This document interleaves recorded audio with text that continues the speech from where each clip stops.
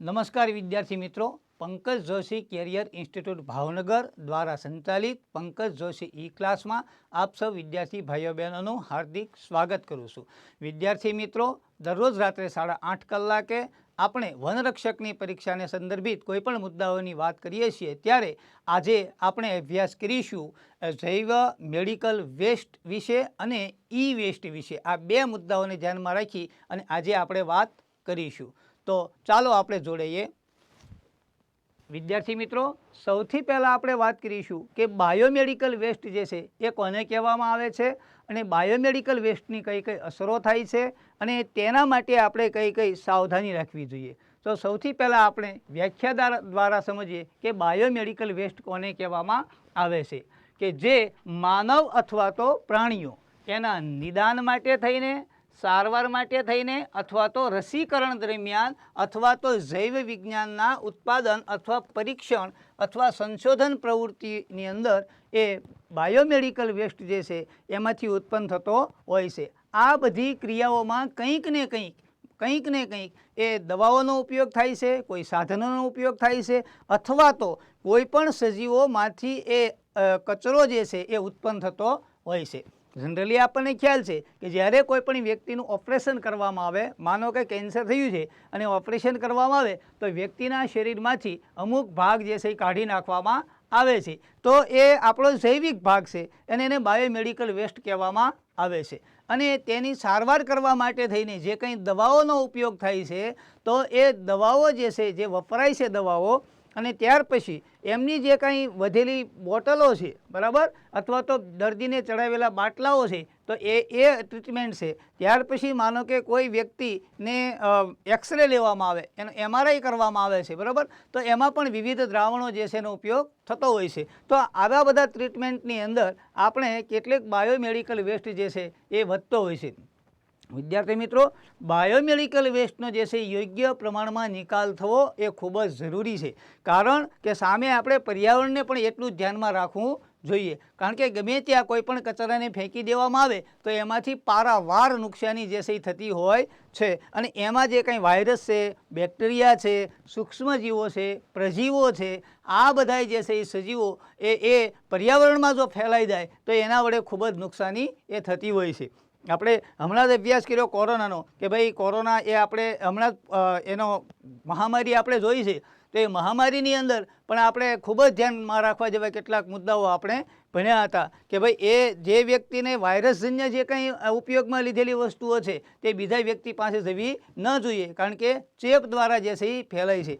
તેવી જ રીતે આ બાયોમેડિકલ વેસ્ટની અંદર જે કાંઈ વસ્તુઓ ઉપયોગમાં લેવામાં આવે છે, અન્યથા કોઈ પણ વ્યક્તિના કપાયેલા અંગો છે, ભ્રૂણ છે, આ બધાનો યોગ્ય પ્રમાણમાં નિકાલ થવો જરૂરી છે। એટલે સામે આપણે પર્યાવરણને ખ્યાલમાં રાખવા માટે થઈને આપણે આ મુદ્દાને એ બરાબર ભણવાનો છે।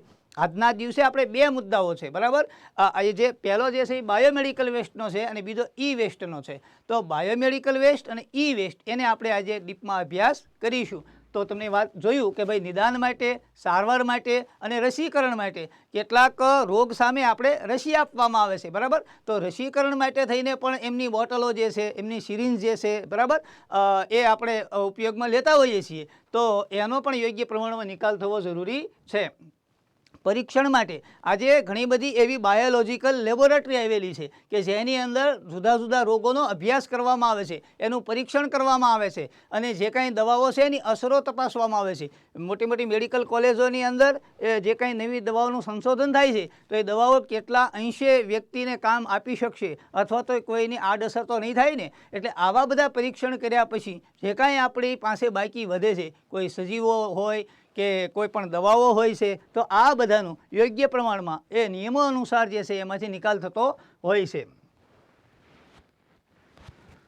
વિદ્યાર્થી મિત્રો, બાયોમેડિકલ વેસ્ટ મેનેજમેન્ટ સુનિશ્ચિત કરે છે કે આરોગ્ય કર્મચારીઓ અને સંપૂર્ણ વાતાવરણમાં સુરક્ષિત રહે, કારણ કે આ બધું કરનાર કોણ છે? આ બધું કરનાર જે છે એ માનવી છે, બરાબર ને, કે ભાઈ માનવી જે છે એ આખરે કોઈ પણ સારવાર કરવામાં, કોઈ પણ નિદાન કરવામાં એ માનવી છે। તો માનવીની જે છે આનાથી કોઈ પણ નુકસાન થવું જોઈએ નહીં, કારણ કે જે વ્યક્તિ આમાં કામ કરે છે એની સાથે ઇન્વોલ્વ છે એ વ્યક્તિને પણ આપણે સુરક્ષિત રાખવાના છે। બીજી વાત એ છે કે ચેપના પ્રસારણને અટકાવવા માટે વેસ્ટ જનરેશન ના સમયે બાયોમેડિકલ વેસ્ટને અલગ પાડવાની જરૂર પડે છે. એટલે કે જે કંઈ બાયોમેડિકલ વેસ્ટ બને છે એ બાયોમેડિકલ વેસ્ટને આપણે અલગ પાડવો પડે છે. ત્યાર પછી આપણે આગળ જઈએ તો કચરાના નિકાલ અને વ્યવસ્થાપન માટે સૌથી પહેલાં આપણે એ વાતને ધ્યાનમાં રાખવું જોઈએ કે એનું કેટેગરી પ્રમાણે વિભાજન કરવું જોઈએ. જે ઉત્પન્ન થનાર કચરો છે એની કેટેગરી કયા પ્રકારની છે, કારણ કે એને આપણે ઘણી બધી રીતે અલગ પાડીશું. એક પ્રકારનો કચરો છે જૈવિક કચરો છે, એક બાજુ જે ઉત્પન્ન થતો એ પ્લાસ્ટિકજન્ય કચરો છે, બરાબર. એટલે બીજું કે એમાંથી વાયરસ ફેલાવતા હશે એવા પ્રકારના ભયંકર કચરો એની અંદર આવશે. પછી રોગ, અમુક પ્રકારના રોગને ધ્યાનમાં રાખી અને એનું વર્ગીકરણ કરવામાં આવે છે. બીજો મુદ્દો આવે છે કે કચરાનું કલેક્શન, બરાબર. કચરો જે છે ને બરાબર આપણે ભેગો કરવો પડશે, એનું કલેક્ટ કરવો પડશે. એ જ્યાં ત્યાં કોઈ પણ જગ્યાએ ફેંકી શકાય નહીં, કારણ કે બાયોમેડિકલ વેસ્ટ એટલો બધો ભયંકર હોય છે કે એના સંક્રમણ કરવા માટે થઈને વાતાવરણમાં જો એને જંતુ ફેલાઈ જાય તો એના કારણે ઘણા બધા લોકોને નુકસાન થતું હોય છે. તો કલેક્શન. ત્રીજું વાત છે પેકેજિંગ, કારણ કે કલેક્ટ કર્યા પછી એનું યોગ્ય પ્રમાણમાં પેકિંગ થવું જોઈએ. જે કાંઈ કચરો ઉત્પન્ન થાય છે એને બરાબર યોગ્ય પ્રકારની બેગમાં અથવા તો યોગ્ય પ્રકારની પેટી રાખવામાં આવે તો પેટી, કચરા પેટી હોય તો એ પ્રકારની અંદર એને બરાબર પેક કરવો પડે છે. એટલે પેકેજિંગ કહેવામાં આવે છે. લેબલિંગ. પેકિંગ કર્યા પછી તેની માથે યોગ્ય પ્રકારનું લેબલ મારવું પડે છે કે આ કચરા, આ પ્રકારના કચરા પેટીની અંદર અથવા તો આ પ્રકારની બેગની અંદર આવા પ્રકારનો કચરો રહેલો છે, તો એને યોગ્ય પ્રકારનું પેકિંગ થાય છે. ત્યાર પછી સ્ટોરેજ, બરાબર. એમને બીજા સ્થળે લઈ જવા માટે થઈને, બરાબર, અને એનું કલેક્ટ કરવા માટે થઈને યોગ્ય જગ્યાએ હોસ્પિટલમાં એનો સ્ટોરેજ થતો હોય છે. અને યોગ્ય સમયે, બરાબર, દિવસમાં 1 વાર 2 વાર જે સમય હોય તે, કે 2 દિવસે જ્યારે થતો હોય ત્યારે એનું એ યોગ્ય પ્રમાણમાં એનું સ્ટોરેજ થાય છે ત્યાં સુધી. અને સ્ટોરેજ થયા પછી એનું ટ્રાન્સપોર્ટેશન થાય છે. BMW એટલે કે બાયોમેડિકલ વેસ્ટ. બાયોમેડિકલ વેસ્ટ, બરાબર. એટલે કે ટ્રાન્સપોર્ટેશન કરવામાં આવે છે બાયોમેડિકલ વેસ્ટનો, અને છેલ્લે જે છે એનો નિકાલ કરવામાં આવે છે. એટલે કે આપણે મુખ્યત્વે આ બધા પગથિયાઓમાંથી પસાર થયા પછી એ બાયોમેડિકલ વેસ્ટ જે છે એનો નિકાલ થતો હોય છે. એટલે આ કલેક્શન કરવાથી માંડીને વિભાજન કરવું, કારણ કે જે કાંઈ કચરો ઉત્પન્ન થાય છે તેને યોગ્ય પ્રકારની અંદર એને આ તમામ પગથિયાઓમાંથી પસાર થયા પછી અને એનો નિકાલ કરવામાં આવે છે. આપણા દેશની અંદર 2016ની અંદર એ નવા નિયમો અમલમાં આવ્યા છે બાયોમેડિકલ વેસ્ટના. તેને અનુસાર જે છે આખી તમને જે ભણાવું છું, જે અભ્યાસ કરાવું છું, આખી પીપીટી 2016 બાયોમેડિકલ વેસ્ટ 2016ના નિયમોને આધારે તમને સમજાવવામાં આવે છે. તો બાયોમેડિકલ વેસ્ટ જે ઉત્પન્ન થાય છે તેનાથી કોને કોને જોખમ રહેલું છે, બરાબર. તો પહેલી વાત છે કે મેડિકલ સ્ટાફને સૌથી વધારે ઇન્વોલ્વ કોણ એમાં છે, તો કે મેડિકલ સ્ટાફ છે. એમાં ડૉક્ટર્સ જે છે એ પણ એની અંદર આવી જાય છે, બરાબર. એટલે એના મેડિકલ સ્ટાફ આખો ડૉક્ટર્સ જે છે, ત્યાર પછી પેરામેડિકલ સ્ટાફ છે, નર્સ, લેબોરેટરી ટેકનિશિયન છે, બરાબર. કારણ કે એ લોકો ઇન્જેક્શન આપતા હોય છે, કોઈ દર્દી જે છે એમને ઓપરેશનની પ્રક્રિયા સાથે સામેલ હોય છે. તો medical staff, paramedical staff, nurse, laboratory technician, સહાયક સ્ટાફ, એમની સાથે મદદ કરનાર જે વ્યક્તિ છે તો એ વ્યક્તિ એની અંદર આવી જાય છે. વેસ્ટના નિકાલ સાથે સંકળાયેલ સહાયક સ્ટાફ, બરાબર. હવે જે કંઈ મેડિકલ વેસ્ટ જે છે એમને કલેક્ટ કરવા માટે થઈને કંઈ જે લોકો જેમની સાથે સંકળાયેલા છે, જે વાહન લઈને આવે છે, જે બેગને ઉપાડે છે અને બેગને ઉપાડ્યા પછી ટ્રાન્સપોર્ટ કર્યા પછી જે નિયત સ્થળે પહોંચાડે છે, એ વ્યક્તિ પણ આની અંદર એ આવી જાય છે. દર્દી અને તેના સગા સહાયક પણ આમાં આવી જાય છે, કારણ કે દર્દી છે તેની સાથે કેટલાક વ્યક્તિઓ એ હોસ્પિટલની અંદર હાજર હોય છે. તો એ જેટલી ડૉક્ટરને અસર થાય છે એ જ રીતે એના સગા જે છે એ પણ એમની સાથે હોય છે. તો એમનું પણ ધ્યાન રાખવું પડે, કારણ કે આ મેડિકલ વેસ્ટની અસર એમને પણ ન થાય, કારણ કે દર્દીને જે કોઈ રોગ હોય તે ચેપી પણ હોઈ શકે છે. તો ચેપી રોગના કારણે એ કંઈ મેડિકલ વેસ્ટ ઉત્પન્ન થાય છે હોસ્પિટલમાં, તો એની અસર દર્દી અને તેના સગા સહાયકને પણ થઈ શકે છે. ઘણીવાર કેવું બને કે 2 દર્દી જે છે એ જુદા જુદા પ્રકારના રોગવાળા હોઈ શકે, તો એક વ્યક્તિનો ચેપ બીજા વ્યક્તિને લાગી શકે છે, કારણ કે મેડિકલ વેસ્ટના કારણે આવું શક્ય બની શકે. હોસ્પિટલમાં આવતા અન્ય મુલાકાતીઓ, બરાબર. તો હોસ્પિટલની અંદર આવતા અન્ય મુલાકાતીઓ જે છે, જે કોઈ દર્દીની સાર સંભાળ માટે થઈને, જાણવા માટે થઈને એના સગાઓ જે છે એ છે, અને બીજા કોઈ માનો કે વ્યક્તિઓ જે હોસ્પિટલની મુલાકાતે આવતા હોય છે, તો એવા વ્યક્તિઓ માટે પણ એ ખ્યાલ રાખવો જોઈએ. એટલે આટલાય વ્યક્તિઓ જે છે એમના ઉપર બાયોમેડિકલ વેસ્ટના કારણે જે કાંઈ ભય સ્થાન છે, એમના માટે જે કાંઈ નુકસાન થવાની સંભાવનાઓ છે એ આટલા વ્યક્તિઓ માટે રહેલો છે. ત્યાર પછી આપણે વાત કરીએ કે ભાઈ સામાન્ય રીતે કયા કયા પ્રકારના એ આપણે સાધનો વાપરવા જોઈએ કે જેના કારણે મેડિકલ વેસ્ટ જે છે એની અસર ઓછી થાય. તો અહીંયા આગળ આપેલું છે કે ભાઈ એક તો ગ્લોવ્સ પહેરવા જોઈએ, કારણ કે ગ્લોવ્સ અગત્યના છે. માસ્ક તો ખૂબ જ અગત્યનું છે. આપણે કોરોના સમયથી જ ખ્યાલ આવી ગયો છે કે માસ્ક આપણે ખાસ પહેરવું જોઈએ અને ખાસ પ્રકારના માસ્ક પહેરવા જોઈએ કે જેના કારણે એમાંથી હવાનું ફિલ્ટ્રેશન થાય અને આપણા શરીરની અંદર જે છે એ કોઈપણ પ્રકારના ખાસ પ્રકારના વાયરસ બેક્ટેરિયા જે છે એ આપણા શરીરની અંદર દાખલ ન થાય. એટલા માટે થઈને ત્યાર પછી એ પગની અંદર પણ આપણે યોગ્ય પ્રકારના મોજા અથવા તો યોગ્ય પ્રકારના એવા ફૂટવેર પહેરવા જોઈએ કે જેના કારણે આપણા શરીરના ખુલ્લા ભાગ ઉપર અસર થાય નહીં. અને ત્યાર પછી પહેરવાના કપડાં કે દર્દી સાથે જ્યારે કોઈ પણ વ્યક્તિ એ અંદર હોય ત્યારે એમને ખાસ પ્રકારના કપડાં એ પહેરવા જોઈએ કે જેના કારણે જે છે એમને બાયોમેડિકલ વેસ્ટની કોઈ અસર થાય નહીં. આ ઉપરાંત મોઢા ઉપર પહેરવાના એક ખાસ પ્રકારના હેલ્મેટ ટાઈપના પણ આવે છે કે જે પહેરવાથી પણ આપણને વાયરસજન્ય સંક્રમિત જે કાંઈ છે એનાથી અસર થાય નહીં. એટલે કે બાયોમેડિકલ વેસ્ટ જે કાંઈ પદાર્થો હોય છે એની આપણને અસર ન થાય. અહીંયા તમને નમૂનાની અંદર આ બતાવ્યા છે કે જે આપણે મેડિકલ વેસ્ટની અસર હોસ્પિટલમાં જ્યારે પેશન્ટ હોય ત્યારે એ અસર થાય નહીં. ત્યાર પછી આપણે મુદ્દાઓનો અભ્યાસ કરીએ તો સામાન્ય રીતે આપણને ખ્યાલ છે કે ભાઈ આપણે એ પીળા રંગની અંદર કઈ કઈ વસ્તુઓને આપણે રાખીશું. પીળો રંગ છે, ત્યાર પછી સફેદ છે, લીલો છે, બરાબર.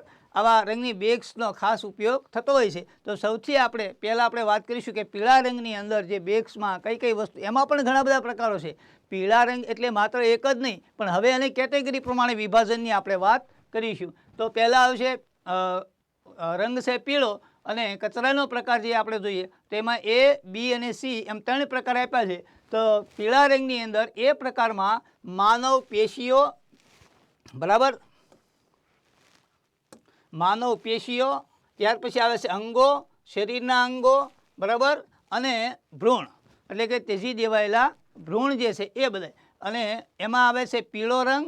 નોન ક્લોરિનેટેડ પ્લાસ્ટિક બેગ્સને એમાં ઉપયોગ થાય છે. અહીંયા 2 પ્રકારની બેગ્સ વપરાતી હોય છે, ક્લોરિનેટેડ અને નોન ક્લોરિનેટેડ, બરાબર. તો આમની અંદર નોન ક્લોરિનેટેડ બેગનો A અને Bમાં નોન ક્લોરિનેટેડ પ્લાસ્ટિક બેગનો ઉપયોગ થાય છે. એટલે કે માનવ પેશી હોય, અંગો હોય, બરાબર, અને શરીરના અંગો હોય તો એને કાં તો સળગાવી દેવામાં આવે છે અથવા તેને પ્લાઝમા પાયરોલિસિસની પ્રક્રિયા કરવામાં આવે છે અથવા તો ડીપ દફન વિધિ કરવામાં આવે છે. એટલે ઘણું બધું ઊંડે જમીનની અંદર એ ખાડો કરી એને દાટી દેવામાં આવે છે. પ્લાઝમા પાયરોલિસિસની પ્રક્રિયા એવી છે કે એવા પ્રકારના એને સળગાવવામાં આવે છે પ્લાઝમા અવસ્થાની અંદર કે જેના કારણે આખું એ જે કાંઈ અંગને છે આખું નિષ્ક્રિય થઈ જાય અને સળગી જાય, એવા પ્રકારનું એની અંદર કરવામાં આવે છે. પશુ અને પ્રાણીના શરીર અને શરીરના અંગો અને પેશીઓ. પેલું માનવ માટે હતું, આ પશુ માટે છે. તો એની અંદર સેમ ટુ સેમ એ આ પદ્ધતિનો ઉપયોગ થતો હોય છે. ત્યાર પછી આપણે વાત કરીએ કે C પ્રકારની અંદર તો લોહીથી પ્રદૂષિત વસ્તુઓ જે છે અને ડ્રેસિંગ, કોઈ વ્યક્તિને વધારે વાગેલું હોય અથવા તો વારંવાર એને ડ્રેસિંગ કરાવવું પડતું હોય છે. કેન્સરની અવસ્થામાં પણ ડ્રેસિંગ થતું હોય છે, ક્યારે વાગ્યું હોય તો પણ ડ્રેસિંગ થાય છે, બરાબર. અને એની અંદર પ્લાસ્ટર કાસ્ટ એટલે કે માનો કે કોઈ વ્યક્તિને એ પ્લાસ્ટર કરેલું હોય, પગ ભાંગી ગયો હોય, હાથ ભાંગી ગયો હોય, તો એ પ્લાસ્ટરનું જે કાસ્ટ છેલ્લે તોડવામાં આવે છે. પછી કપાસના સ્કપ અને બેગમાં શેષ અથવા તો તજી દેવાયેલા લોહી અને રક્તના ઘટકો. ખાસ કહેવાનો અર્થ એવો છે કે જે બોડી સાથે ખાસ સંપર્કમાં છે અને જે બ્લડથી, બરાબર, બ્લડ એની અંદર વહી ગયું હોય એવા પ્રકારનો જે કાંઈ કચરો છે તો એને પીળો રંગ અને નોન ક્લોરિનેટેડ પ્લાસ્ટિક બેગ્સનો એમાં ઉપયોગ થતો હોય છે. એને સળગાવી દેવામાં આવે છે અથવા તો પ્લાઝમા પાયરોસિસની પ્રક્રિયા કરવામાં આવે છે અથવા તો ડીપ કબ્રસ્તાન ઉપરથી સુવિધાઓની ગેરહાજરીમાં ઓટોક્લેવિંગ થાય છે, માઇક્રોવેવિંગ થાય છે, હાઇડ્રોક્લેવિંગ થાય છે, અને ત્યાર પછી છીણ એટલે ઝીણા ઝીણા ટુકડાઓ કરવામાં આવે છે અને કાપેલા જંતુરહિત છીણને સંયોજન પછી ઉર્જા રિકવરી માટે મોકલવામાં આવે છે અને કચરાને એ ટ્રીટમેન્ટ અથવા તો ટ્રીટ કરવામાં આવે છે। એટલે આ બધા કચરાઓ જે છે તમે આપણે A, B અને Cની અંદર જોયા તો એ માનવ બોડી સાથે સંકળાયેલા છે અને ખૂબ જ ભયંકર હોય છે, બરાબર। કારણ કે એને તેજી દેવાયેલી વસ્તુ છે, કોઈ પણ કારણસર એમને તો ખાસ કરીને સળગાવવાની પ્રક્રિયા છે અથવા તો એને ખૂબ જ ઊંડા એને દાટી દેવા જોઈએ, તો જ, નહીંતર તો જે ઉપર જો વાતાવરણમાં ખુલ્લા છોડી દેવામાં આવે તો એમાંથી એ વાયરસ અને બેક્ટેરિયા એ હવામાં ભળે છે અને સંકળાયેલા વ્યક્તિઓને પણ એ રોગગ્રસ્ત કરી શકે છે। ત્યાર પછી આપણે બીજો મુદ્દો જોઈએ તો કે ભાઈ એમાં ડીમાં આવે છે એક્સપાયરી, બરાબર। કેટલીક દવાઓ એક્સપાયરી અથવા રદ થયેલી દવાઓ છે, કારણ કે દવાઓની ઉપર આપણને ખબર છે કે મેન્યુફેક્ચરિંગ ડેટ લખેલી હોય છે, એની બેન્ચ લખેલી હોય છે, ત્યાર પછી એક્સપાયરી ડેટ લખેલી હોય છે। તો એક્સપાયરી ડેટ ખૂબ અગત્યની છે, બરાબર ને, કારણ કે કોઈ પણ દવાને એક્સપાયરી ડેટ પછી યુઝ કરવામાં આવે તો સ્વાભાવિક રીતે એનું પરિણામ મળતું નથી, સાથે સાથે વ્યક્તિઓને જે કાંઈ અસર છે એના બદલે બીજી અસર થઈ શકે છે। તો આવી એક્સપાયરી થયેલી દવાઓ છે, પછી એન્ટીબાયોટિક દવાઓ છે, સાઇટોટોક્સિક દવાઓ છે અને કાચ અથવા તો પ્લાસ્ટિકના એમ્પોલ્સ અને વાઇલ્સ એવા પ્રકારના જે કંઈ મટીરિયલ છે એમને પીળા રંગના નોન ક્લોરિનેટેડ પ્લાસ્ટિક બેગ અથવા તો કન્ટેનરની અંદર એને ભરવામાં આવે છે। સાઇટોટોક્સિક દવાઓ અને દૂષિત પદાર્થોને સામાન્ય રીતે 1200 સેલ્સિયસ કરતાં વધારે તાપમાને જે છે એમની ઉપર પ્રક્રિયા કરવામાં આવે છે। સામાન્ય જૈવ તબીબ કચરાની સારવાર, સંગ્રહ, નિકાલની સુવિધા, ઉત્પાદક અથવા સપ્લાયરને પરત મોકલવામાં આવશે। એટલે કે માનો કે ઘણીવાર એવું થાય કે અમુક દવાઓ જે છે એની એક્સપાયરી ડેટ વહી ગઈ હોય તો એમને હોસ્પિટલમાંથી અથવા તો મેડિકલમાંથી જે ઉત્પાદક છે, જે મેન્યુફેક્ચર છે, એમને મોકલવામાં આવશે કે ભાઈ આ તમારી દવાઓ જે છે હવે ઉપયોગ કરી શકાય એવી સ્થિતિમાં નથી, કારણ કે હવે એમની તારીખ જે છે જતી રહી છે, એટલે એમને મોકલવામાં આવે। અન્યથા તો 1200 સેલ્સિયસ કરતાં વધારે તાપમાને એના ઉપર પ્રક્રિયા કરવામાં આવે, જેથી એની અંદર જે કોઈ મટીરિયલ છે એ મટીરિયલને શું થઈ જાય છે, સંપૂર્ણ ડિફ્યુઝ થઈ જાય છે, એટલે કે હવે તેની કોઈ અસર રહેતી નથી, બરાબર। અન્ય તમામ તજી દેવાયેલી દવાઓ કાં તો ઉત્પાદકને પરત મોકલવામાં આવશે અથવા તો તેનો સળગાવી અને નિકાલ કરવામાં આવે છે। એને એવી રીતે સળગાવી દેવામાં આવે કે જેની વાતાવરણમાં તેની કોઈ અસર રહે નહીં, આ રીતેની પ્રક્રિયા થાય છે। નેક્સ્ટ આપણે આગળ જોઈએ ABCD। હવે ત્યાર પછી આવે છે E। પીળો રંગ જે છે એની અંદર બેગ્સમાં પીળા રંગની બેગમાં E પ્રકારનો કચરો, એટલે કેવા પ્રકારનો કચરો નાખવાનો છે તો જૈવિક અને ઉપયોગમાં લેવાતી અથવા તો જંતુરહિત, જંતુના ઉત્પાદન માટે ઉપયોગમાં લેવામાં આવતું રસાયણ, એવું ખાસ પ્રકારનું રસાયણ છે કે જૈવિક ઉપયોગમાં લેવાતી અથવા જંતુરહિત ઉત્પાદન માટે ઉપયોગમાં લેવામાં આવતું રસાયણ છે। પીળા રંગના કન્ટેનરમાં અને ક્લોરિનેટેડ પ્લાસ્ટિક બોક્સની અંદર તેને ભરવામાં આવે છે। જો આ પહેલાં નોન ક્લોરિનેટેડ હતું, હવે ક્લોરિનેટેડ પ્લાસ્ટિક બોક્સમાં એને ભરવામાં આવે છે, એ રસાયણ છે એટલા માટે। જોખમી કચરાની સારવાર માટે થઈને સંગ્રહ અને નિકાલની સુવિધાઓમાં જ્વલનશીલ અથવા તો પ્લાઝ્મા પાયરોસિસ અને એનકેપ્સ્યુલેશન દ્વારા તેમનો નિકાલ કરવામાં આવશે। એટલે એને ખાસ પ્રકારના એને પાત્રમાં ભરવામાં આવશે, કારણ કે તે કેવા પ્રકારનું છે, રસાયણ છે, એટલે એને બરાબર પેક કરવું પડશે કે બરાબર એનકેપ્સ્યુલેશન કરવામાં આવશે, ખાસ પ્રકારની એને બોટલમાં ફિટ કરવામાં આવશે, જેના કારણે જે છે એમાંથી એ કોઈપણ પ્રકારનું કેમિકલ હોવાને કારણે તે બહાર આવે નહીં, એ વાતાવરણમાં ફેલાય નહીં, એટલા માટે એને બરાબર ખ્યાલ રાખવો પડે છે। એટલે આ ખાસ અગત્યનું છે। આગળ જઈએ, હવે આવે છે પીળા રંગની અંદર F પ્રકાર, બરાબર। F પ્રકારની અંદર શું આવશે, રાસાયણિક પ્રવાહી કચરો, પ્રવાહી કચરાને આપણે આની અંદર ભરવાનું છે। જૈવિક અને ઉપયોગમાં લેવામાં આવતા કે ત્યજી દેવાતા રસાયણોના ઉપયોગને કારણે પેદા થતો પ્રવાહી કચરો, બરાબર। ત્યાર પછી એક્સરે ફિલ્મમાં જે કંઈ પ્રવાહી છે, આપણે જે કાંઈ એક્સરે લેવામાં આવે છે દર્દીનો, ત્યારે એમાં ખાસ પ્રકારની એક ફિલ્મ જેવી આપણને સ્ટ્રીપ આપવામાં આવે છે, બરાબર ને, પ્લાસ્ટિકની સ્ટ્રીપ હોય છે, એને ડેવલપિંગ કરવી પડે છે, બરાબર, એને ડેવલપિંગ કરવી પડે છે। ડેવલપિંગ કરવા માટે થઈને એમાં એક ખાસ પ્રકારના સિલ્વરનું દ્રાવણ હોય છે, બરાબર। એ સિલ્વરના દ્રાવણની અંદર ડુબાડવામાં આવે છે, ત્યારે જ એની અંદર આપણને જે કાંઈ છાપ એ જોવા મળે છે। કોઈ પણ વ્યક્તિને કફ થયેલો હોય કે હાથ કે પગ ભાંગી ગયેલા હોય તો એક્સરે કર્યા પછી એ ફિલ્મને સિલ્વર ક્લોરાઇડના દ્રાવણની અંદર ડુબાડવામાં આવે છે, અને ડુબાડ્યા પછી જ આપણને એમાંથી ખ્યાલ આવે છે કે ભાઈ આટલા ભાગની અંદર આવી કોઈ અસર થયેલી છે। તો એ સિલ્વરની જે કાંઈ પ્લેટ છે એમાં એ ઉપયોગમાં લેવાયેલું જે લિક્વિડ છે, ત્યજી દેવાયેલા ફોર્મેલિનનું દ્રાવણ છે, બરાબર, ફોર્મેલિન, HCSO આ ફોર્મેલિન છે. આ ફોર્મેલિનનું દ્રાવણ ક્યાં વાપરવામાં આવશે? ખાસ યાદ રાખજો કે આપણે જ્યારે કોઈ પણ પ્રાણીના અવશેષોને સાચવવા હોય ને તો એની અંદર પણ ફોર્મેલિન વાપરવામાં આવે છે. બરાબર, માનો કે કોઈ વ્યક્તિ જે છે એમને હોસ્પિટલની અંદર અભ્યાસ કરવા માટે થઈને આપણે મગજનો અભ્યાસ કરવો છે તો મગજ છે, હૃદયનો અભ્યાસ કરવાનો છે હૃદય છે. પ્રયોગશાળામાં તાદ્રશ્યના નમૂના હોય છે. બરાબર, એ વિદ્યાર્થીને સ્ટડી માટે થઈને એ ઉપયોગી થતા હોય છે તેને ફોર્મેલિન કહેવામાં આવે છે. અને એ ફોર્મેલિન જે છે એનો એ પ્રવાહી કચરાની અંદર જ્યારે નિકાલ કરવાનો છે ત્યારે અને સેપી સ્ત્રાવ, બરાબર, સેપી સ્ત્રાવ, સેપ જ્યારે વ્યક્તિને છે એમાંથી જે સ્ત્રાવ નીકળે છે તે અને એક્સપાયર્ડ બોડી પ્રવાહી અને અન્ય કોઈ પ્રવાહી હોય તો તેને અલગ અલગ સંગ્રહ કરવામાં આવે છે અને ઇન્ફ્લુએન્ટ ટ્રીટમેન્ટ અને સિસ્ટમ તરફ દોરી જાય છે. ઇન્ફ્લુએન્ટ ટ્રીટમેન્ટ સિસ્ટમ તરફ તે દોરી જાય છે.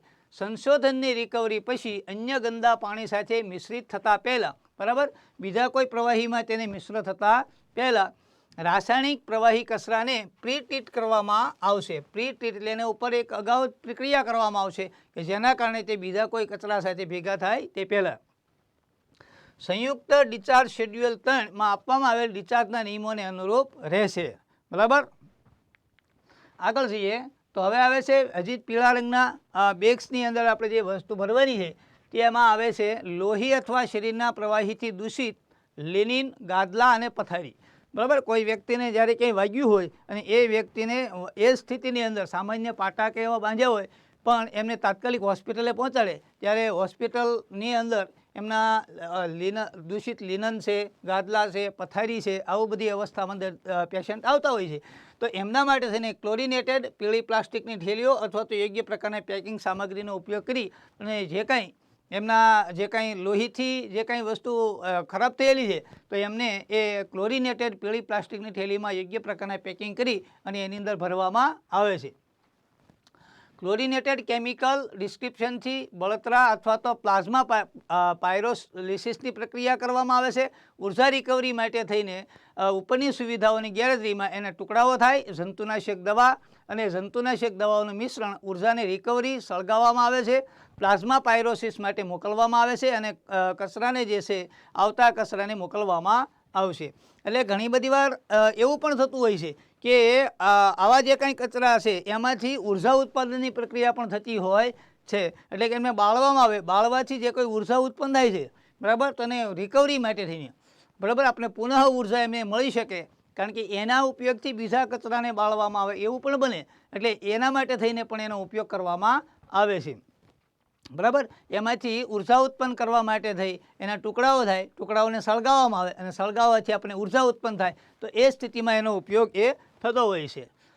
ત્યાર પછી આપણે જોઈએ તો એચ. બરાબર, હવે પીળા રંગની અંદર એચ પ્રકારમાં કેવા પ્રકારના કચરાને આપણે નાખીશું તો કે માઇક્રોબાયોલોજી એટલે એવા સૂક્ષ્મ સજીવો છે એમની અને બાયોટેકનોલોજી. બરાબર, બાયોટેકનોલોજી જે છે એટલે કે ખાસ કરીને બાયોટેકનોલોજી સજીવો સાથે અને વનસ્પતિજન્ય જે કાંઈ આપણે આજે નવી ટેકનોલોજી આવી છે, નવા પાક, સંવર્ધિત પાક આપણને મળે છે, બરાબર, તેને બાયોટેકનોલોજી કહેવામાં આવે છે.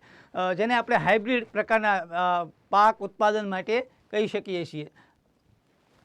અને અન્ય ક્લિનિકલ લેબોરેટરી વેસ્ટ, અન્ય ક્લિનિકલ એટલે ડૉક્ટર જે છે એમની લેબોરેટરી છે એમાંથી નીકળતા કચરાને, એમાં ખાસ કરીને બ્લડ બેગ્સ, બ્લડ એટલે લોહી, આપણે લોહી લેવામાં આવે છે જ્યારે વ્યક્તિઓ જે છે દાન કરે છે તેમનું લોહી હોસ્પિટલમાં જે કાંઈ બ્લડ બેંકમાં જાય છે તેમની બેગ્સમાં ભરેલું હોય છે. આપણને ખબર છે કે ઘણીવાર એમની લેબોરેટરી કર્યા પછી કેવું થાય છે, બ્લડ ફેલ થઈ જાય. બરાબર, લઈ ગયા હોય ત્યારે ઓકે હોય પણ ઘણી બધા સમય પછી એ લેબોરેટરી ફરી પાછું એનું લેબોરેટરી થાય ત્યારે ફેલ જાય તો એ બેગ્સ પણ હોય છે. અથવા તો કોઈ વ્યક્તિને લોહી ચડાવ્યા પછી એ જે કાંઈ બેગ્સ બાકી એનો કચરા રૂપે જે હોય છે તે લેબોરેટરી કલ્ચર, સૂક્ષ્મ જીવોના જથ્થા અથવા નમૂના, એટલે એવા પ્રકારનું ખાસ પ્રકારના ડેવલપિંગ કરતા હોય છે. બરાબર ને, હોસ્પિટલની અંદર કલ્ચર એટલે ખાસ પ્રકારનું ડેવલપિંગ કરવામાં આવે છે કે જેનો ઉપયોગ થતો હોય છે. સૂક્ષ્મ જીવો જે છે એમના છે, જીવોના જથ્થા છે, એમના નમૂના છે, સંશોધન છે, ઔદ્યોગિક પ્રયોગશાળામાં ઉપયોગમાં લેવામાં આવતી એ રસી છે, ખાસ પ્રકારની ઔદ્યોગિક પ્રયોગશાળામાં ઉપયોગમાં લેવામાં આવતી મોટા પાયે જ્યાં ઉત્પાદન થાય છે વેક્સિનનું, તો એ બધાય. અને માનવ અને પ્રાણી કોષોની સંસ્કૃતિઓ, આપણા જે કંઈ કોષો છે, માનવી છે, પ્રાણી છે, એના કોષો જે છે એને સાચવવામાં આવે છે. તો એ પ્રકારનું સુરક્ષિત પ્લાસ્ટિકની થેલીમાં અથવા તો કન્ટેનરની અંદર આપોઆપ એને ક્લેવ કરવામાં આવશે, એટલે સંગ્રહ કરવામાં આવશે. રાષ્ટ્રીય એઇડ્સ નિયંત્રણ સંસ્થા, બરાબર, નાકો, નેશનલ એઇડ્સ કંટ્રોલ સંસ્થા NACO, અથવા વિશ્વ આરોગ્ય સંસ્થા WHO, બરાબર, નેશનલ એઇડ્સ કંટ્રોલ ઓર્ગેનાઇઝેશન, જેને આપણે શું કહીએ છીએ, નાકો, NACO, national AIDS control organisation, અને વિશ્વ આરોગ્ય સંસ્થા, જેને આપણે WHO, વર્લ્ડ હેલ્થ ઓર્ગેનાઇઝેશન, આવી સંસ્થાઓ સળગાવવા માટેની માર્ગદર્શિકા અનુસાર ક્લોરિનેટેડ કેમિકલ્સથી જંતુરહિત થવાની પૂર્વ સારવાર રૂપે કરવામાં આવે છે. એટલે ગાઈડલાઇન જે છે આપણે કહે છે કે ભાઈ તમે આ રીતે વસ્તુઓને એના ઉપર ટ્રીટમેન્ટ કરો, અને એ મુજબ જે છે પ્રક્રિયા થતી હોય છે.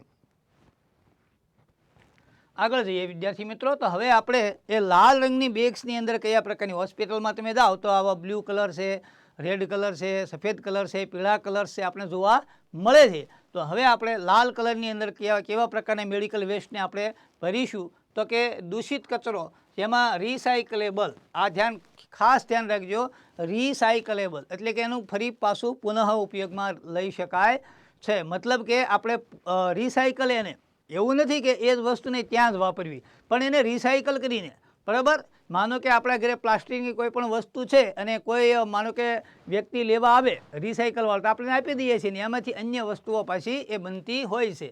ખાસ કરીને ટ્યુબિંગ, એટલે કે ટ્યુબિંગ છે, બોટલ છે, પ્લાસ્ટિકની બોટલ છે, નસની નળીઓ છે, સેટ છે, કેથેટર્સ છે, યુરિન બેગ્સ છે, બરાબર, સિરિન્જ છે, સોય વિના અને સોય વગર, સોય વગરની આપણે સિરિન્જ, જે પ્લાસ્ટિકનો ભાગ છે એની વાત કરું છું. અને વાઇક્યુટિનરમાંથી પેદા થતો કચરો, માસ્ક છે, ગ્લોવ્સ છે, અને અન્ય પ્રકારની તમામ PPE, એટલે પોલિથીન જે કાંઈ સાધનો બને છે, એમાંથી પોલિથિલિનમાંથી જે કંઈ વસ્તુઓ, બધી પ્લાસ્ટિકની જે કંઈ વસ્તુઓ બને છે, એવી તમામ પ્રકારની વસ્તુઓ, ભલે આમ ખરાબ થયેલી છે, પરંતુ એ તમામ વસ્તુઓને જે છે ટ્રીટમેન્ટ કરી અને રિસાયકલેબલ આખી વસ્તુઓ છે, તેને લાલ રંગની બિન ક્લોરિનેટેડ પ્લાસ્ટિકની બેગમાં ભરવામાં આવે છે. લાલ રંગની અને બિન ક્લોરિનેટેડ પ્લાસ્ટિકની બેગમાં ભરવામાં આવે છે, અથવા તેને કન્ટેનરમાં ભરવામાં આવે છે. હવે ઓટોક્લેવિંગ અથવા તો માઇક્રોવેવિંગ, હાઇડ્રોક્લેવિંગ અને છીણ અથવા તો નાશ અથવા જંતુનિક છીણનું મિશ્રણ, એને એવી રીતે એને જંતુ રહિત પહેલાં તો કરવામાં આવે છે. કારણ કે હોસ્પિટલમાંથી આવી છે, એકવાર એનો યુઝ થયેલો છે, એટલે એની સ્વાભાવિક રીતે એની અંદર કોઈ વાયરસ, બેક્ટેરિયા કે એવું એની અંદર હોઈ શકે. એટલે સૌથી પહેલાં એને માઇક્રોક્લેવિંગ અથવા માઇક્રોવેવિંગ દ્વારા એને જંતુમુક્ત કરવામાં આવે છે. હાઇડ્રોક્લેવિંગ પણ થાય છે, પાણી વડે પણ એને બરાબર ધોવામાં આવે છે. ત્યાર પછી એમનું છીણ કરવામાં આવે છે, ઝીણીના ટુકડાઓ થાય છે, અને રિસાયકલ જે કરે છે તેમને અથવા ડીઝલ અથવા ઈંધણ તેલમાં અથવા શક્ય હોય તે રીતે રોડ રસ્તાઓ બનાવવા માટે થઈને જે કાંઈ એમાંથી લિક્વિડ એને ગરમ કરો, એટલે પ્લાસ્ટિકમાંથી શું થાય, એક પ્રકારનું લિક્વિડ બને છે. એટલે રોડ રસ્તાઓ બનાવવા માટે થઈને અથવા ઉર્જા રિકવરી માટે પ્લાસ્ટિક માટે એને મોકલવામાં આવે છે. પ્લાસ્ટિકનો કચરો લેન્ડફિલ સાઇટ પર ન મોકલવો જોઈએ.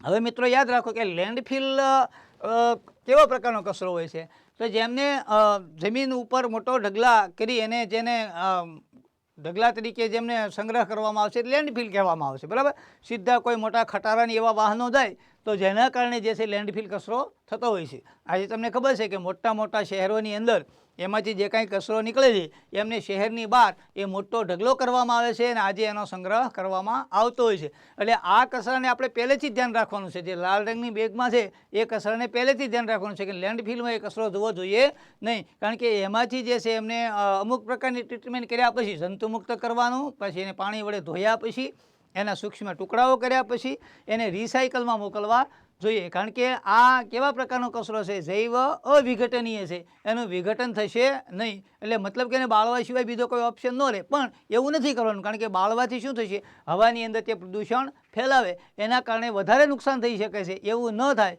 તે માટે એને પુનઃ ગરમ કરી અને ફરી પાસે એમાંથી નવા સાધનો બનાવી શકાય છે. એટલે એ રીતે લાલ બેગ્સની અંદર જે કાંઈ વસ્તુઓ છે, બરાબર યાદ રાખજો એક્ઝામની અંદર આવા પ્રશ્નો પૂછાઈ શકે છે કે લાલ બેગ્સની અંદર કેવા પ્રકારના સાધનો હોય છે. તો તમારે યાદ રાખવાનું કે રિસાયકલેબલ, જેનો પુનઃ ઉપયોગ થઈ શકે તેવા પ્રકારના સાધનોનો એમાં ઉપયોગ થતો હોય છે. એમને જ તે આ રીતે ટ્રીટમેન્ટ કરવાની છે અને એને પુનઃ ઉપયોગ કરવાનો છે.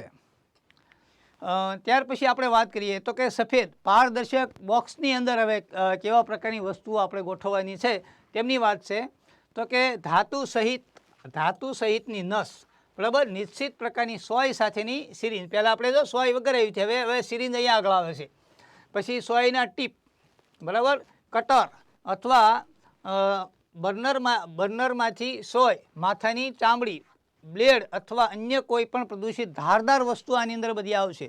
સોય આની અંદર આવશે, કોઈ પણ ચામડી કાપવા માટેના ધારદાર વસ્તુઓ જે છે એ આની અંદર આવશે. પછી પંચર પાડવા માટેનું જે કંઈ કટર છે તો એ આની અંદર આવે છે. ઉપયોગમાં લેવામાં આવેલ અને કાઢી મૂકવામાં આવેલ દૂષિત ધાતુની ધારનો સમાવેશ કરવામાં આવે છે. એટલે મોટાભાગે તમે જોયું છે કે સફેદ રંગના બોક્સની અંદર કેવી વસ્તુ મૂકવાની છે, જે ધારદાર વસ્તુ છે. ડૉક્ટરે જેમનો ઉપયોગ કરેલો છે કાપવા માટે, કોઈ પણ અંગને કાપવા માટે ડૉક્ટરે ઉપયોગ કરેલો છે. ઇન્જેક્શન, સોય, સિરિંજ, આવું બધું જે કાંઈ છે ધારદાર ચપ્પુ ટાઈપની જે કંઈ વસ્તુ છે, બ્લેડ, ચામડી કાપવા માટેનું છે, આ બધું જે છે એ સફેદ પારદર્શક બોક્સની અંદર આપણે એ મૂકવાનું હોય છે. અને એને પંક્ચર પ્રૂફ, બરાબર, પંક્ચર ન થઈ શકે તેવા પ્રકારના ખાસ કરીને એની અંદર બેગ્સ વાપરવાની છે. લીક, ટેમ્પર અને પ્રૂફ કન્ટેનર, એવા પ્રકારનું કન્ટેનર છે જે મજબૂત હશે, કારણ કે પોતે જ વસ્તુ કાપવા માટે વપરાય છે. સામાન્ય બેગમાં વાપરવામાં આવે તો એને તોડી નાખે, એટલા માટે એને પ્રૂફ કન્ટેનર એની અંદર, એટલે કે મજબૂત કન્ટેનર વાપરવાનું છે. હવે એમનો નિકાલ કઈ રીતે કરવામાં આવે છે? તો ઓટોક્લેવ અથવા તો ડ્રાય હીટ એટલે એવી રીતે ગરમ કરવાનું છે ડ્રાય હીટ દ્વારા કે જેના કારણે એની અંદર રહેલો જે કાંઈ એની સાથે ચોંટેલું છે તે તમામ કચરો એમાંથી બળી જાય. દવાઓનું ઉત્પાદન અને ત્યારબાદ ધાતુના પાત્ર અથવા સિમેન્ટ કોન્ક્રીટના છીણ અથવા કાપવું અને કપાવવું, શેડિંગ કામ, ઓટોક્લેવિંગ સંયોજન, લોખંડના ફાઉન્ડર્સ રાજ્ય પ્રદૂષણ નિયંત્રણ બોર્ડ અથવા પ્રદૂષણ નિયંત્રણ સમિતિ પાસેથી કામ કરવાની સંમતિ ધરાવતા અથવા સેનેટરી લેન્ડફિલ અથવા નિર્ધારિત કોન્ક્રીટ કચરાની તીક્ષ્ણ ખાડાને અંતિમ નિકાલ માટે મોકલવામાં આવે છે. એટલે કે એવા પ્રકારના ખાડાઓ છે જે સિમેન્ટ કોન્ક્રીટથી ખાસ પ્રકારના બનાવવામાં આવેલા હોય છે, બરાબર, અને એને એવી જ રીતે પેક કરી અને એની અંદર મૂકવામાં આવશે કે જેનાથી એ ઉપરની સપાટી પર ક્યાંય આપણને જોવા મળે નહીં. અથવા તો અન્ય કોઈ પણ કચરાની અંદર ઘણીવાર એવું હોય છે કે કચરાની આજુબાજુ જે છે ઘણા બધા પશુ પંખી, પ્રાણીઓ એવા બધા હોય છે, તો એમને કોઈ પણ પ્રકારનું કોઈને નુકસાન ન થાય એવી રીતે એને ખાસ પ્રકારના રાજ્ય પ્રદૂષણ નિયંત્રણ બોર્ડ અથવા પ્રદૂષણ નિયંત્રણ સમિતિ પાસેથી કામ કરવાની સંમતિ ધરાવતા હોય તેવા વ્યક્તિઓ જે છે અલગ પ્રકારના બેગ્સની અંદર હશે, તો એને આવા અલગ પ્રકારના સાધનોની અંદર ખાસ પ્રકારના પેટીઓમાં ફિટ કરીને અને છેલ્લે એમને એવા પ્રકારના ખાડાની અંદર એ સિમેન્ટ કોન્ક્રીટથી બરાબર પેક હશે તેવા લેન્ડફિલની અંદર, એટલે કે ખાડાઓની અંદર એને મોકલવામાં આવશે. અંતિમ નિકાલ માટે તેમને તે રીતે કરવામાં આવશે. ત્યાર પછી આપણે જોઈએ તો કે વાદળી રંગ જે છે એ વાદળી રંગની અંદર કેવા પ્રકારના ફિટ કરવામાં આવે છે? તો કે વાદળી રંગની અંદર ગ્લાસવેર છે, બરાબર. આપણે કોઈ પણ હોસ્પિટલની અંદર જોઈએ છીએ તો એની અંદર ગ્લાસવેરનો ઉપયોગ થતો હોય છે. એની લેબોરેટરીમાં પણ ઉપયોગ થાય છે, રિસર્ચમાં પણ ઉપયોગ થાય છે અને હોસ્પિટલમાં પણ ઉપયોગ થતો હોય છે. તો એમાં સાઇટોટોક્સિક કચરામાંથી દૂષિત થયેલા પદાર્થો સિવાયના અને એમ્પલ સહિત તૂટેલા અથવા તો દૂષિત કાચ, કોઈ પણ પ્રકારના ઉપયોગમાં લીધેલા હોય, આપણે બીકર છે, પીપેટ છે કે કોઈ પણ પ્રકારના કચરાઓ જે છે એ ગ્લાસની કોઈ પણ આઇટમ હોય છે, બરાબર, બોટલ્સ છે એ છે, તો વાદળી રંગના ચિહ્ન સાથે કાર્ડબોર્ડ બોક્સની અંદર તેમને ફિટ કરવામાં આવશે, બરાબર. અને બીજી વાત અહીંયા છે મેટેલિક બોડી ઇમ્પલ. મેટેલિક એટલે ધાતુની કોઈ પણ બોડી છે એના છે, તો એમને વાદળી રંગનું ચિહ્ન ધરાવતું પ્લાસ્ટિક બોક્સની અંદર ભરવામાં આવશે, બરાબર. ખાસ કરીને કાર્ડબોર્ડથી જે છે એને અલગ કરવામાં આવે છે અને અહીંયા પ્લાસ્ટિકનું બોક્સ વાપરવાનું છે. આમાં કાર્ડબોર્ડ છે, કાર્ડબોર્ડ હોય તો યાદ રાખજો કે ગ્લાસવેર હશે અને મેટેલિક બોડી છે તેમાં પ્લાસ્ટિક બોક્સ એની અંદર રાખવામાં આવશે. હવે એને ટ્રીટમેન્ટ કઈ રીતે કરવાની છે? તો ડિટર્જન્ટ અને સોડિયમ હાઇપોક્લોરાઇડનું જે દ્રાવણ છે એનાથી બરાબર એને સાફ કરવામાં આવે છે, ધોવામાં આવે છે. કાચને પલાળીને અથવા તો ઓટોક્લેવિંગ અથવા તો માઇક્રોવેવિંગ અથવા તો હાઇડ્રોક્લેવિંગ દ્વારા પછી એને રિસાયકલ માટે મોકલવામાં આવશે. એટલે કાચની જે કંઈ વસ્તુઓ છે એને ફરી પાછી અને ધાતુની જે કાંઈ વસ્તુઓ છે એને ફરી પાછી રિસાયકલ કરવાની છે. આપણને ખ્યાલ છે કે કાચ જે છે એમને પણ પુનઃ ગરમ કરી અને આપણે એમાંથી નવા પ્રકારના કાચ મેળવી શકીએ છીએ. તેવી જ રીતે મેટલ જે છે, ધાતુ જે છે, એમના જે કોઈ પદાર્થ છે એમને પણ આપણે પુનઃ ગરમ કરી અને મોકલી શકાય છે. કારણ કે ધાતુની કોઈ પણ વસ્તુ છે એને પુનઃ ગરમ કરીને મોકલવાથી મુખ્ય ફાયદો એ થાય છે કે જમીનમાંથી આપણે ફરી પાછી ધાતુઓ કાઢવી પડે નહીં. કારણ કે જમીનમાંથી ધાતુઓ કાઢવા માટે થઈને જમીનમાંથી ખનિજો કાઢવામાં આવે છે, એનું શુદ્ધિકરણ થાય છે. આ બધી પ્રક્રિયા ખૂબ મોંઘી પડે છે અને આપણે એમાં ઉર્જાનો ખૂબ જ ઉપયોગ થતો હોય છે. તો મેટેલિક બોડીની અંદર એ ખાસ યાદ રાખજો, પ્લાસ્ટિકનું બોક્સ વાપરવામાં આવે છે અને જો ગ્લાસ આઇટમ આવશે તો કાર્ડબોર્ડ પ્રકારનું બોક્સ એમાં વાપરવામાં હોય છે. અને ડીપ કબ્રસ્તાન દ્વારા નિકાલની મંજૂરી માત્ર ગ્રામીણ અથવા તો દૂરના વિસ્તારોમાં જ કરવામાં આવે છે, જ્યાં સામાન્ય બાયોમેડિકલ વેસ્ટ ટ્રીટમેન્ટની સુવિધાની સુવિધા હોતી નથી. આ પ્રકાર નિયત સત્તામંડળની પૂર્વ મંજૂરી અને અનુસૂચિ 3માં નિર્ધારિત ધોરણે અનુસાર હાથ ધરવામાં આવશે. દફન વિધિની સુવિધા સમયાંતરે કેન્દ્રીય પ્રદૂષણ નિયંત્રણ બોર્ડ દ્વારા જારી કરવામાં આવેલી જોગવાઈ અને માર્ગદર્શિકાની સૂચનાઓ અનુસાર રહે છે. એટલે આમાં સમયાંતરે જે છે ફેરફારો થતા હોય છે.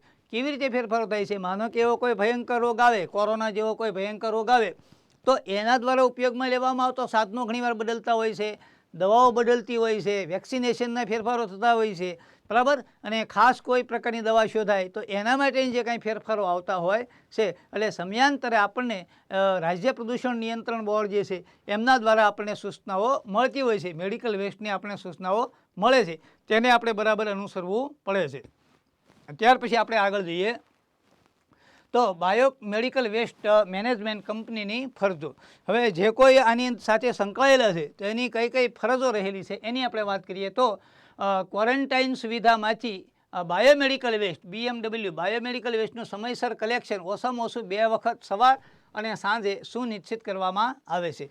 ખાસ યાદ રાખજો કે બાયોમેડિકલ વેસ્ટ છે એને 2 વખત જે છે એ સવારે અને સાંજે 2 વખત કલેક્શન કરવામાં આવે છે. ખૂબ સારી બાબત છે, કારણ કે ઘણીવાર જે છે વધારે સમય જો કચરો પડ્યો રહે તો એના કારણે વાયરસના કારણે વાતાવરણમાં લીક થવાની સંભાવના રહેલી છે. એટલે સવારે અને સાંજે 2 વખત જે છે એ બાયોમેડિકલ વેસ્ટ BMW બાયોમેડિકલ વેસ્ટનું સમયસર 2 વખત કલેક્શન કરવામાં આવે છે.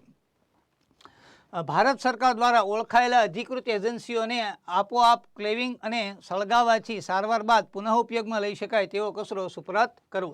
એટલે એવા જ વ્યક્તિઓને આપણે આપવાનો છે કે જે કંપની ઓળખાયેલ અધિકૃત એજન્સી છે, બરાબર, અથવા તો જે પ્રતિષ્ઠિત નામ ધરાવે છે, બરાબર, એવાને જ આપણે સોંપવાનું છે કે તમે જ આનું રિસાયકલ કરી નાખવામાં આવશે. કારણ કે કોઈ પણ વ્યક્તિને આવું રિસાયકલ કરવાની કે અથવા પરમિશન આપવામાં આવે તો એમાં જો યોગ્ય પ્રક્રિયા ન થઈ હોય તો એના કારણે રોગચાળો ફેલાઈ શકે છે. એટલે અધિકૃત એજન્સીને જ આ પ્રક્રિયા સોંપવામાં આવે છે કે જેના કારણે રિસાયકલની પ્રક્રિયા બરાબર સારી રીતે થાય. આ બધા ગવર્મેન્ટે નક્કી કરેલા રૂલ્સ એ લોકોના સારા માટે થઈને છે. હવે પ્રતિકૂળ જાહેર કરાયેલી અસરો. કેટલાક એવા રોગ છે કે જેના કારણે જે છે પ્રતિકૂળ જાહેર આરોગ્ય અસરો જે છે, એઇડ્સ રોગ છે, આપણને ખબર છે ખૂબ જ ભયંકર રોગ છે એઇડ્સ રોગ, બરાબર. એક્વાયર્ડ ઇમ્યુનો ડેફિશિયન્સી સિન્ડ્રોમ એ એઇડ્સ રોગ જે છે જાતીય રોગ છે અને એની ઘણી બધી વિઘાતક અસરો છે, બરાબર. અને એ છે. પછી હિપેટાઇટિસ B અને C પ્રકારનો રોગ છે, ગેસ્ટ્રોએન્ટેરિક શેપ છે, બરાબર, રેસ્પિરેટરી શેપ છે, લોહીમાં શેપ છે, ત્વચાના શેપ છે અને રેડિયો સક્રિય પદાર્થોની અસર છે, બરાબર. એટલે આ બધા પ્રકારના જે કંઈ ઇન્ફેક્શન જે કંઈ લાગવાના પ્રક્રિયાઓ છે તો એની અંદર પ્રતિકૂળ જાહેર આરોગ્યની અસરો જે છે એ થતી હોય છે. તો એના બાબતમાં આપણે પૂરેપૂરી વધારે કેર એની અંદર રાખવી પડે છે, બરાબર.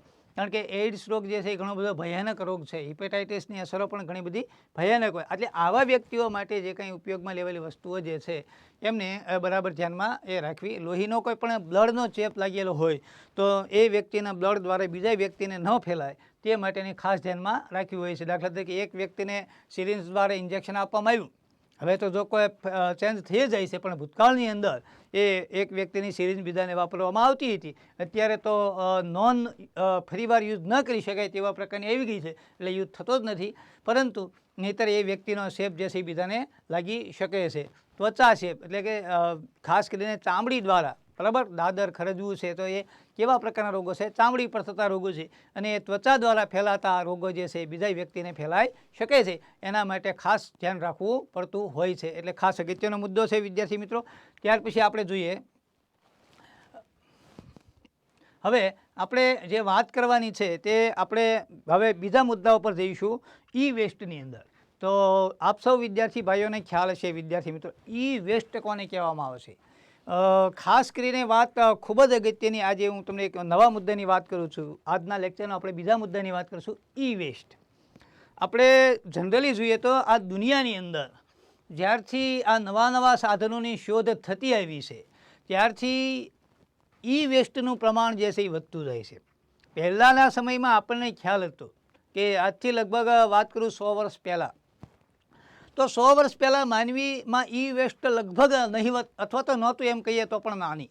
કારણ કે એ વખતે એવા કોઈ એટલે બધા સાધનો, ઇલેક્ટ્રોનિક સાધનો વપરાતા નહોતા. આજે ઇલેક્ટ્રોનિક સાધનોનું મહત્ત્વ અને કામ એટલું બધું વધી ગયું છે કે તે આપણા જીવનનો એક ભાગ બની ગયા છે. અને આપણી મોટા ભાગના કાર્યો કરવા માટે થઈને ઇલેક્ટ્રોનિક ડિવાઇસ આપણને ખૂબ જ મદદ કરે છે. આપણે સૌને ખ્યાલ છે કે આજે આપણે મોબાઈલ છે તો મોબાઈલ આપણને ખૂબ જ ઉપયોગી છે, બરાબર ને. મોબાઈલથી આપણા મોટા ભાગના બધા કાર્યો જે છે એ થતા હોય છે, બરાબર. આપણને કદાચ એક દિવસ મોબાઈલ ન મળે તો માણસ ગુલામ જેવા થઈ જઈએ એવું કહીએ તો પણ ના નહીં. આપણે એવું થઈ જાય કે આપણે કંઈક આમ વિચિત્ર અનુભવ થવા લાગે. તો એક ઇલેક્ટ્રોનિક ડિવાઇસ છે, કમ્પ્યુટર છે, લેપટોપ છે, આ બધા સાધનો આપણને ખૂબ જ ઉપયોગી છે. પણ આપણને ખબર છે કે જેવી રીતે મનુષ્યને આયુષ્ય હોય છે તેમ ઇલેક્ટ્રોનિક ડિવાઇસને પણ એક ચોક્કસ પ્રકારનું આયુષ્ય છે, બરાબર. આપણે મોબાઈલની અંદર માનો કે કોઈ ખામી સર્જાય અને નોન રિપેરેબલ હોય તો આપણે શું કરીએ છીએ કે પછી એને રિપ્લેસ કરી દઈએ છીએ. પણ આજ સુધી તો આપણે કેવું કર્યું છે કે ભાઈ જૂનો મોબાઈલ હોય તેને ગમે ત્યાં ફેંકી દેવામાં આવે છે. નહીં. હવે વિદ્યાર્થી મિત્રો ખાસ ધ્યાન રાખજો કે એને પણ આપણે ઈ વેસ્ટની અંદર ખાસ પ્રકારનો આપણે એને રિસાયકલેબલ કરવો પડશે. એટલા માટે જરૂરી છે કે આ તમામ વસ્તુઓ જે છે એ એમને બનાવવા માટે થઈને જે કાંઈ એમાં મટિરિયલનો ઉપયોગ થયો છે એમાં પણ ઘણી બધી કિંમતી વસ્તુઓ રહેલી છે, બરાબર. અને એ આપણને ખૂબ જ ઉપયોગી એ થતો હોય છે. એટલે અને જો એમને વાતાવરણમાં તેને ફેંકી દેવામાં આવે, હવાની અંદર ફેંકી દેવામાં આવે, લેન્ડફિલ ઉપર ફેંકી દેવામાં આવે છે, બરાબર, અથવા જળની અંદર કોઈ પણ વસ્તુને ફેંકી દેવામાં આવે તો એ પર્યાવરણને ખૂબ જ નુકસાન કરે છે. એવું ન થાય એટલા માટે થઈને ઈ વેસ્ટ આપણે સમજવાનો એક આપણા પર્યાવરણ સંદર્ભે મુદ્દો આવે છે. ઈ વેસ્ટ એટલે ઇલેક્ટ્રોનિક જે કોઈ સાધનો છે એમના જે ઉપયોગ પછી જે કંઈ પરિસ્થિતિ છે તેમને ઈ વેસ્ટ કહેવામાં આવે છે. હવે દુનિયાનું 3જા નંબરનું ઈ વેસ્ટ ઉત્પન્ન કરનાર આપણો દેશ ભારત છે, બરાબર. એમાં ક્રમ છે એ અમુક વર્ષો પછી બદલતો પણ રહે, કારણ કે અમુક દેશને વપરાશ ડિપેન્ડ એના ઉપર રહેલો છે. પણ હાલમાં દુનિયામાં જે કંઈ કચરો ઉત્પન્ન થાય છે તેમાં આપણે એ 3જા ઈ વેસ્ટની અંદર આપણે 3જા નંબરે છીએ. તમે જુઓ કે અમુક સમય પહેલાં આપણે રસ્તાની અંદર ઈ વેસ્ટ જોવા નહોતો મળતો, પણ આજે તમે નજર કરજો કે ખાસ કરીને બહાર જઈએ ત્યારે આપણે રસ્તાની આજુબાજુ એ મોબાઈલના કેટલાક સ્પેર પાર્ટના ટુકડાઓ આપણને જોવા મળે છે. એની પાછળનું કારણ એ છે કે એનો ઉપયોગ વધ્યો છે. ઉપયોગ વધ્યો છે એટલે વસ્તુ જે છે એનો કચરો વધતો જાય તે આપણે જોવા મળે છે. એટલે અમુક જગ્યાએ આવા કચરાઓ હોય છે. ભારતમાં વર્ષ 2022માં 1.6 મિલિયન ટન ઈ વેસ્ટ ઉત્પન્ન થાય છે. ભારતની અંદર 2022માં વર્ષની અંદર એક જ વર્ષમાં 1.6 મિલિયન એટલે 10 લાખ, 1.6 ગુણાકારમાં 10 લાખ ટન, અને એને તમે 1000 વડે ગુણો તો શું મળે આપણને? કિલોગ્રામ, બરાબર. 1.6 ગુણાકારમાં 10 લાખ અને એને ગુણાકારમાં 1000 કરો તો આટલા કિલોગ્રામ જે છે ઈ વેસ્ટ જે છે એ ઉત્પન્ન થાય છે. એક જ વર્ષની અંદર આટલો ઈ વેસ્ટ જે છે આપણે ઉત્પન્ન કર્યો 2022માં. અને એમાંથી ભારતમાં 2022માં 527,000 મેટ્રિક ઈ વેસ્ટ કચરો કલેક્ટ કરવામાં જે છે એ આવ્યો. તો આપણને ચોખ્ખું દેખાય છે, બરાબર ને. પેલું આવે છે ને કે ભાઈ નફો કોને કહેવાય એ રીતની અંદર. તો અહીંયા આપણે ખોટમાં છીએ. તમને દેખાતું છે કે 1.6 મિલિયન ટન જે છે એટલો વેસ્ટ આપણે એ બહાર પડ્યો અને એમાંથી માત્ર 527,000 મેટ્રિક ટન જે છે એટલો આપણે કલેક્ટ કર્યો. તો બાકીનો ક્યાં ગયો? તો સીધું આપણને દેખાય છે કે બાકીનો જે છે આપણે કોઈ પણ લેન્ડફિલ ઉપર અથવા તો કોઈ પણ જગ્યાએ જે છે હજી એ એવી અવસ્થાની અંદર છે, બરાબર, એવી અવસ્થાની અંદર છે કે જે હજી કલેક્ટ કરવામાં આવ્યો નથી. હવે એને આપણે કેટલાક ભાગ વડે આપણે એને ડિવાઈડ કરીએ. દાખલા તરીકે કમ્પ્યુટર જે છે એમાંથી 70% જેટલો ઈ વેસ્ટ ઉત્પન્ન થાય છે. કમ્પ્યુટર જે છે મોસ્ટલી તમે જોતા હશો કે આપણે આજે સૌથી વધારે વપરાતી કોઈ પણ વસ્તુ હોય તો એ કમ્પ્યુટર્સ જે છે એનો દરેક ઓફિસમાં, ઘરે, તમામ જગ્યાએ લેપટોપ કે કમ્પ્યુટર આપણે ઉપયોગ કરતા હોઈએ છીએ. એમાંથી સૌથી વધારે 70% ઈ વેસ્ટ જે છે કમ્પ્યુટરમાંથી ઉત્પન્ન થાય છે. ત્યાર પછી આપણે બીજી વાત કરીએ કે ટેલિકોમ સેક્ટર, બરાબર, ટેલિકોમ સેક્ટર જે છે એમાંથી 12% જે છે એ કચરો ઉત્પન્ન થતો હોય છે, એટલે કે મોબાઈલ, ટેલિકોમ આ બધું એમાંથી. ત્યાર પછી મેડિકલના સાધનોમાંથી 8% જે છે, હોસ્પિટલના જે કાંઈ સાધનો છે અને એમાં ઈ વેસ્ટને લગતા જે સાધનો છે એમાંથી 8% કચરો ઉત્પન્ન થાય છે. ઇલેક્ટ્રિક સાધનો છે એમાંથી 7% કચરો ઉત્પન્ન થતો હોય છે. ઇલેક્ટ્રિક આપણે જે કાંઈ ઘરે બલ્બ છે, એની સર્કિટો છે, આજે જે કાંઈ આપણે LED બલ્બવાળા જે બલ્બ મળે છે, બરાબર, ટ્યુબલાઇટ પણ LED ટાઈપની હોય છે, તો એમાં ઝીણી નાની સર્કિટ તો હોય છે. સર્કિટમાં જે છે એનો 7% છે અને અન્ય 3% રહેલો છે. એટલે જે કચરો જે છે એ વપરાતો આ રીતે ટકાવારીમાં ડિવાઈડ કરી શકાય છે. ત્યાર પછી આપણે વાત કરીએ કે સરકારી, પ્રાઇવેટ કંપનીઓ અને સહકારી ક્ષેત્રમાંથી 75% કચરો જે છે એ ઉત્પન્ન થાય છે.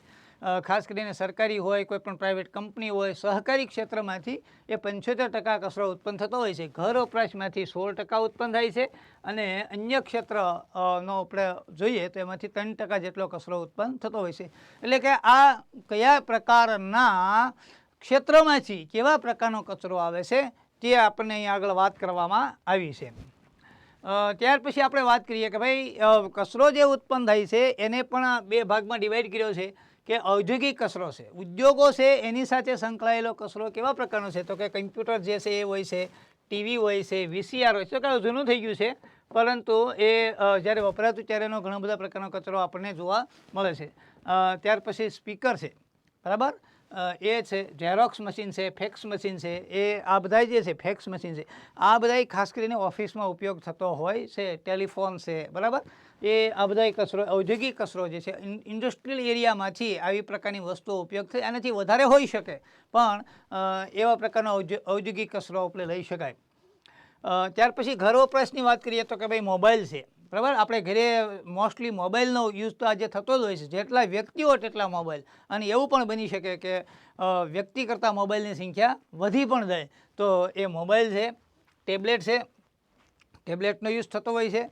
ત્યાર પછી લેપટોપ જે છે એ ઘરે વપરાતું હોય છે, વિડીયો ગેમનો યુઝ થાય છે, કેમેરાનો ઉપયોગ થતો હોય છે અને બાઇકનો ઉપયોગ થતો હોય છે. એમાં જે કંઈ સર્કિટ છે કંઈ વપરાય છે તો એ આ બધા જે છે એને ઔદ્યોગિક કચરાના સ્વરૂપમાં હજી આ વધારે લિસ્ટ આનું થઈ શકે. મેં તો નમૂના પાત્ર માત્ર એટલા લીધા છે, કારણ કે બાકી ઘણી બધી વસ્તુઓ આજે ડિજિટલ આવી, નાની એવી ડિજિટલ ઘડિયાળની તમે વાત કરો તો વ્યક્તિઓ પહેરતા હોય છે, બરાબર, ડિજિટલ ઘડિયાળ જે આવી છે તો એ ઘર વપરાશની અંદર આવી શકે છે જેનો ઉપયોગ એ થતો હોય છે. આ સિવાય નાના બાળકોને રમવા માટેના રમકડા જે છે એની અંદર પણ આજે આવી સર્કિટનો એનો ઉપયોગ એ થતો હોય છે. તો તે આપણે ઘર વપરાશના સાધનોની અંદર એ ગણી શકાય છે, બરાબર. ત્યાર પછી આપણે રાજ્યોની વાત કરીએ તો કે ભારતના જે રાજ્યો છે એની અંદર પ્રથમ ક્રમે જે છે એ મહારાષ્ટ્ર આવે છે, જે સૌથી વધારે ઈ કચરો ઉત્પન્ન કરે છે. બીજા નંબરે જે છે તમિલનાડુ આવે છે, જે ઈ વેસ્ટ ઉત્પન્ન કરવામાં 2ય નંબરે છે, અને આંધ્રપ્રદેશ જે છે 3ય નંબરે છે. તમને કીધું એમ કે જેવી રીતે દેશોની અંદર નામમાં ચેન્જ થાય એવી રીતે એ અપડેટ થતા રહે છે, એટલે કે એમાં ફેરફારો આવતા હોય છે. પણ લેટેસ્ટ સમય પ્રમાણે આપણી પાસે આ 3 નામો એ આવેલા છે. ત્યાર પછી આપણે વાત કરીએ વિદ્યાર્થી મિત્રો, ખૂબ જ અગત્યનો આપણે ટોપિકની અત્યારે વાત કરી રહ્યા છીએ કે ઘણીવાર આપણા માટે એક શબ્દ હોય છે ઈ વેસ્ટ. વેસ્ટ એટલે કે નકામું. ના, એવું નથી. વેસ્ટમાંથી એટલે કે એમાંથી પણ આપણને ઘણી બધી કિંમતી વસ્તુઓ મળે છે, બરાબર ને. કારણ કે ફેંકી દેવું એટલે માત્ર એવું નથી, એમાં કશું નથી. કારણ કે ખાસ કરીને જોઈએ તો એક મોબાઈલના સિમ કાર્ડની આપણે વાત કરીએ કે મોબાઈલનું જે સિમ કાર્ડ છે તો સિમ કાર્ડની અંદર પણ સિલિકોન અને ગોલ્ડ જેવી ધાતુઓ હોય છે, બરાબર. મોબાઈલના જે સિમ કાર્ડ છે એ સિમ કાર્ડની અંદર સિલિકોન અને ગોલ્ડ જેવી ધાતુઓ એની અંદર રહેલી હોય છે. તેવી રીતે આપણે વાત કરીએ બીજા મટીરિયલની કે માનો કે સોલાર પેનલ છે, સોલાર સેલ છે, તો સોલાર સેલની અંદર સોલર સેલ જે છે એની અંદર પણ ચાંદી, બરાબર, સિલિકોન આવી ધાતુનો ઉપયોગ થતો હોય છે. તો ચાંદી જે છે આપણને ખબર છે કે કિંમતી ધાતુ છે. મોબાઈલના સિમ કાર્ડની અંદર સોનું હોય છે, ગોલ્ડ ધાતુ એની અંદર હોય છે, બરાબર. એમાં પણ સિલિકોનનો ઉપયોગ, જર્મેનિયમ આવી બધી ધાતુઓનો ઉપયોગ થતો હોય છે. તો કહેવાનો અર્થ એવો છે કે આપણે સિમ કાર્ડને મોટાભાગે યુઝ એન્ડ થ્રો કરતા હોઈએ છીએ, પણ એમાં જે ચિપ આવેલી છે તે ખૂબ જ કિંમતી ધાતુ છે. એવી રીતે મોબાઈલની અંદર જે કંઈ વાપરવામાં આવે છે, તમે ધ્યાનથી ક્યારેક મોબાઈલની સર્કિટની અંદર નજર કરજો, બરાબર.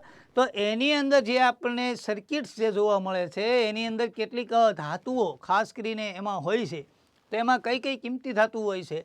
તો કે આ બધા ઈ વેસ્ટ છે, એની અંદર સોનું છે, ચાંદી છે, પ્લેટિનમ છે, નિકલ છે અને પેલેડિયમ છે, બરાબર. આવી બધી ધાતુઓ જે છે એની અંદર હોય છે. એટલે એને પણ મૂળ વાત એવી છે કે એમાં ક્યાં શું આવેલું છે એ વસ્તુ ખૂબ અગત્યની છે. આ બધું સ્ક્રેપિંગ થાય છે, બરાબર. સ્ક્રેપિંગ થાય, એના ટુકડાઓ થાય, પછી એને યોગ્ય પ્રમાણમાં વહેંચવામાં આવે છે.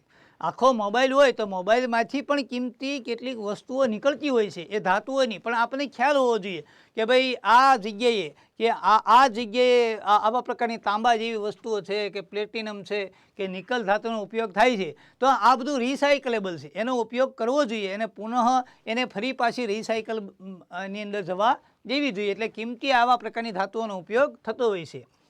અન્ય ધાતુઓમાં કોપર છે, એલ્યુમિનિયમ છે, આયર્ન છે, આવી બધી ધાતુઓ એની અંદર હોય છે કે જે વિદ્યુતની સુવાહક માટે થઈને વાપરવામાં આવે છે. કોઈ પણ આપણે સર્કિટ જોઈએ તો સર્કિટની અંદર આપણે જોવા મળે છે કે એની અંદર ખાસ પ્રકારની સર્કિટ એમાં બનાવવામાં આવે છે. એને મેટલને પ્રવાહી સ્વરૂપમાં રૂપાંતર કર્યા પછી એમાં નાની નાની સર્કિટો બનાવેલી હોય છે. તો એ સર્કિટો માટે થઈને મેટલનો ઉપયોગ થયેલો હોય છે. એ કેવી મેટલ હોય છે? ખૂબ જ કંડક્ટિવ હોય છે, એટલે કે વધારે વાહક હોય છે. તો એવી વાહક ધાતુઓનો જે છે એની અંદર ઉપયોગ કરવામાં આવે છે. મોસ્ટલી પહેલાંના સમયમાં એવું હતું કે જે કંઈ સર્કિટ નીકળે છે એને બાળી દેવામાં આવતી અથવા ટુકડા કરી નાખવામાં આવતા હતા. પરંતુ હવે અદ્યતન જ્યારે ખ્યાલ આવ્યો છે કે ભાઈ આમાં તો ઘણી બધી કિંમતી સારી સારી ધાતુઓ અને પદાર્થો આવેલા છે, તો આપણે એ પ્રમાણે એનો નિકાલ કરવો જોઈએ. એટલે આવી ધાતુઓ પણ એની અંદર હોય છે. અને એવું જ નથી કે એમાં બધું ઉપયોગી છે, ક્યારેક એની અંદર કેટલાક હાનિકારક પદાર્થો પણ એની અંદર આવેલા હોય છે, જેની પણ આપણે સાવધાની રાખવી જોઈએ. દાખલા તરીકે લેડ છે, મર્ક્યુરી છે, આર્સેનિક છે, કેડમિયમ છે, સેલેનિયમ છે, હેક્ઝાવેલેન્ટ છે અને ક્રોમિયમ છે, બરાબર. આવા જે કંઈ પદાર્થો એની અંદર આવેલા હોય તો ત્યાં આપણે આરોગ્ય માટે થઈને હાનિકારક પદાર્થો હોય છે. અને જે આપણને આપણા શરીર સાથે, બરાબર, મર્ક્યુરીની તો આપણને ખબર છે કે જેના કારણે મર્ક્યુરી છે, આર્સેનિક છે, એ આપણે કેન્સર પ્રેરક દ્રવ્યો છે કે જેનાથી આપણે નુકસાની એ થઈ શકે છે, બરાબર.